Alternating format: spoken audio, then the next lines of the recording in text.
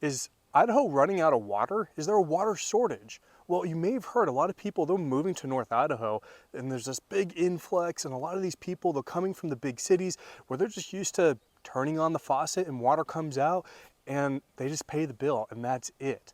Well, in today's video, we're gonna go over wells and what you should look for when you're buying a property that's on your own private well system. And if you're buying vacant ground, we're going to cover a few things on what you should look for in that scenario. So let's go and see what a well looks like. My name is Ben Geanetta, team leader and realtor of Elite Realty Partners right here in North Idaho. And if you like these videos, make sure you hit the like button, the subscribe button, and the bell icon. That way you get notified of all the new videos we are putting out. And if you want to discuss this video further with me, in the description below is going to be a link to my calendar. Just pick a day and time that works best for you, and let's talk about wells. Most wells are going to have this ID tag welded on the side. And you can take this information and you can pull up how deep the well is, the production at the time of drilling, and the material that they had to go through. Now, not all wells are going to have this ID tag because record keeping for wells was really bad for a long time, but they've really improved really since about 2000 to present time, and now everything is tagged appropriately and it's easy to find the information. So what makes a good well? Well, I'm going to give you my opinion. It's a guesstimate, so if you quote me, make sure you tell people that this is just an educated guess, or really a non-educated guess. It's just me looking at data and on the fly coming up with a number. But I would say on average, the depth of a well in North Idaho is about 200 feet deep, which is pretty average. Now, once you start getting closer to 150 feet and below, that's pretty shallow, and that's good because if you need to go deeper, it's not going to cost that much money to really hit water and bring more production to your well. Now, once you start getting, I would say 350 to 400 feet, that's going to be considered a deep well, and it's just something to consider and your goals of that property. If you plan on having a bunch of animals and an extensive garden, you really need to check at the production rate as well. In a good production well for a household where it's you, your family, you have a dog and a really small garden, maybe a small yard with grass, you can get away with 5 gallons per minute. That is totally acceptable, not a big deal at all. Now, if you have something that is less than that per gallon, it's not a big deal because there's ways to mitigate the issue of running out of water, and that's you get a holding tank. So you get maybe 500 gallons to 1,000. They go all the way up to 2,500 gallons. So anywhere between really 250 to 2,500 gallons, you get that tank, you put water in it, and then your well is feeding that holding tank. And then as you're going through the peak hours of usage of water, your well has time to replenish that 2,000 gallon tank, and you're never going to run out of water. You won't even know that you're on a low producing well. And again, a low producing well is going to be under 5 gallons per minute. Now, if you're going to have an extensive garden, farm animals, things of that nature, you really want to be in the 10 to 15 gallons per minute range. But if you're going to have a lot of animals and a hay field and things like that, and you're going to use a ton of water, I would advise being closer to 25 to 30 gallons per minute. That's going to give you plenty of water. And again, check the depth of your well, because your holding tank, if you don't have one, is actually the well itself. So if you're 400 feet deep, but you're at 30 gallons per minute, well, you have a lot of water sitting in the well, and it's going to be able to replenish it. Now, if you're like me, my well is only 50 feet deep and we're doing 30 gallons a minute, which is great. We haven't had any water problems. But if I decide to turn part of my property into a hay field, I'm probably going to have to get a holding tank, 2,000 to 4,000 gallons, so that way when I'm running the dishwasher and the laundry and the kids are taking a shower and we're watering all the hay, that way we can replenish and we won't run out of water. So when you're looking for a good well on a piece of property, it kind of depends on what you're looking for. Again, to recap, 5 gallons for just your standard, you're coming from the city, you have a lawn and you have a family and a couple small dogs, 5 gallons is more than enough.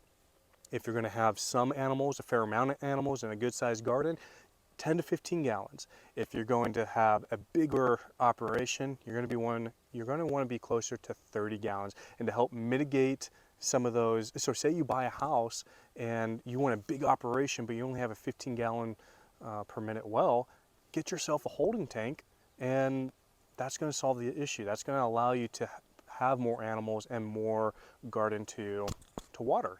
All right, so now you have your well, you're living with your well on your property, whether it's brand new or it's been there for 50 years.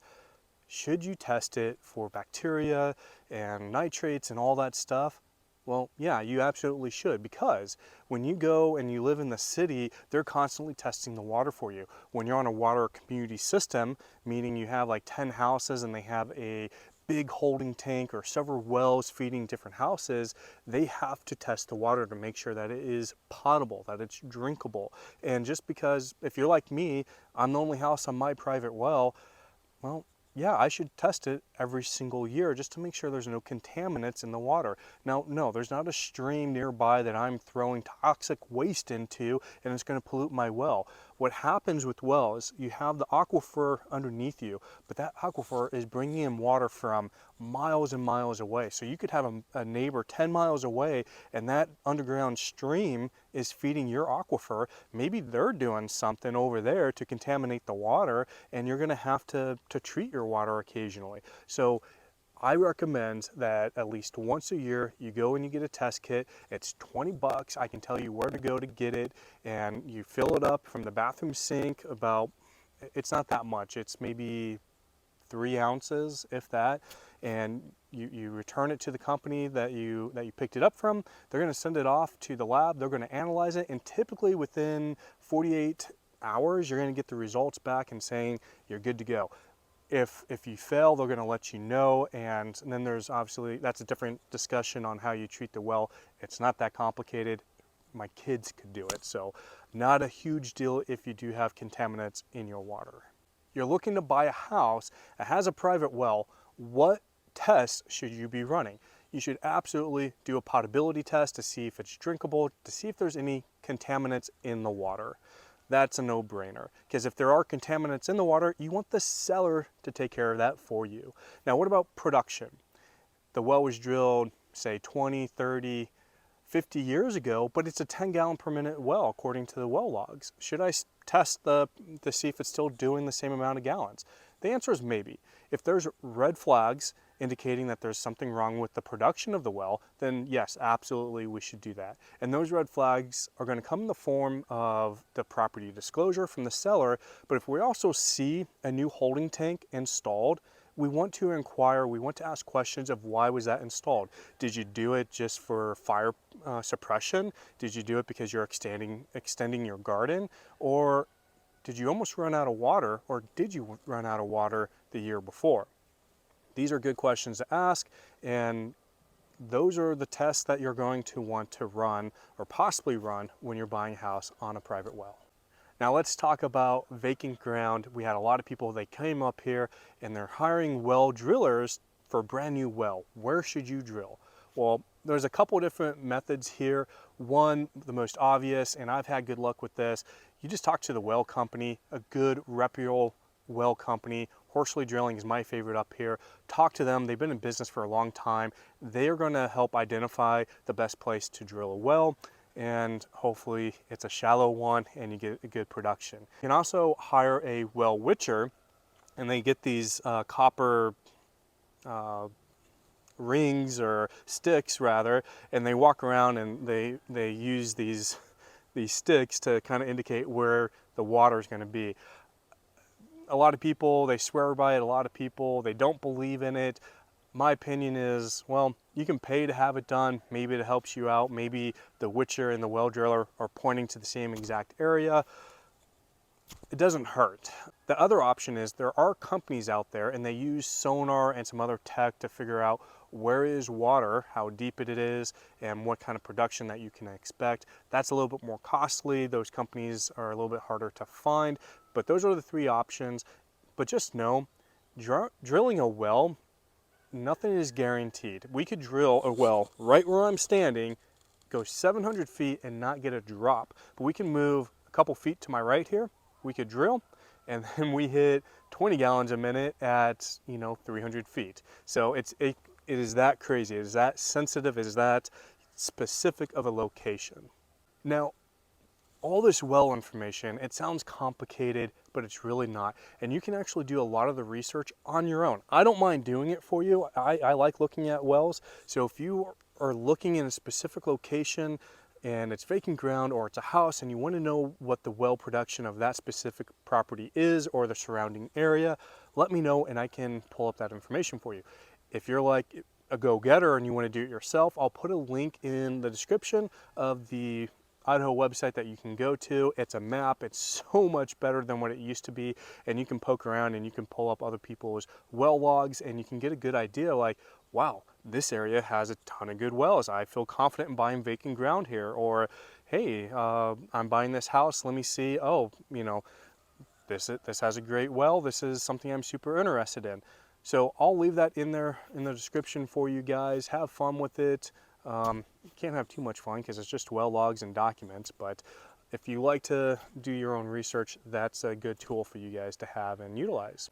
Thank you so much for taking the time to watch this video. I hope you learned a couple things. If you have any questions about wells, give me a call. I've done 2 personal wells myself. I've helped countless of other people get wells on their properties. If you have a problem with your well, let me know. I have some great contacts that can help you.